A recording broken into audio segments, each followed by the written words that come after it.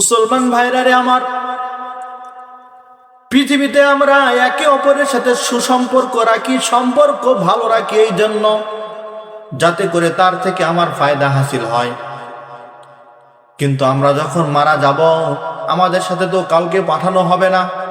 তাহলে কবরের জীবনে আমরা কিভাবে ফায়দা পাবো, কার থেকে উপকার নিব, সেই ব্যবস্থাও আল্লাহ পাক আমাদের জন্য রেখে দিয়েছেন।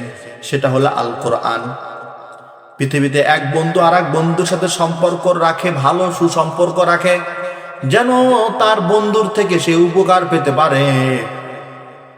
কিন্তু ওই বন্ধু তো কবরে যাবে না, মা বাবা তো কবরে আমার সাথে যাবে না, আত্মীয় স্বজন তো আমার সাথে কবরে যাবে না। তাহলে কবরের জীবনে আমি কার থেকে উপকার নেব, কার থেকে আমি ফায়দা নিব? আমরা যদি কবরের জীবনেও যদি আমরা ফায়দা পেতে চাই কারো থেকে, সেটা হলো আল কোরআন।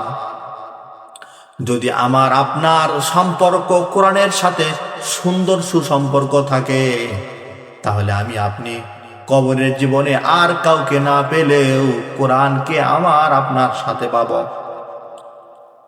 আযাবের ফেরেশতারা তখন আযাব দেওয়ার জন্য চলে আসবেন, তখন কোরআন মাথার দিক থেকে দাঁড়িয়ে ওই আযাবের ফেরেশতাদেরকে তাড়িয়ে দিবে। আর সওয়াল জবাব হয়ে যাওয়ার পর কোরআন ওই মানুষটাকে ডাক দিয়ে বলবে, ও আল্লাহর বান্দা, তুমি এখনো জেগে আছো কেন? তাড়াতাড়ি ঘুমিয়ে যাও। কারণ দুনিয়াতে তুমি আমাকে যেভাবে রাতের বেলা গভীর রাত্রিতে যখন সকলে ঘুমের ভেতরে বিভোর থাকতো, ওই সময় তুমি উঠে আমাকে পাহারা দিয়েছো। আজ আর তুমি আমাকে পাহারা দেবে না, কিয়ামত পর্যন্ত আমি তোমাকে তোমার মাথার পাশে দাঁড়িয়ে তোমাকে পাহারা দেব। তোমার কেউ কোনো ক্ষতি করতে পারবে না, তুমি নিশ্চিন্তে ঘুমিয়ে যাও।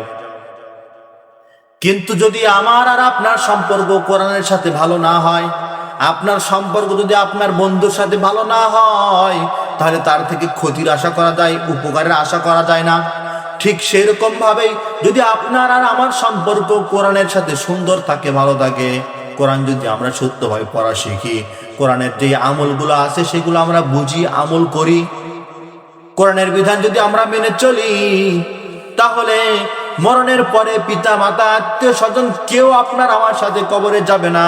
সেখানে একমাত্র আপনার আমার সাথে কোরআন থাকবে।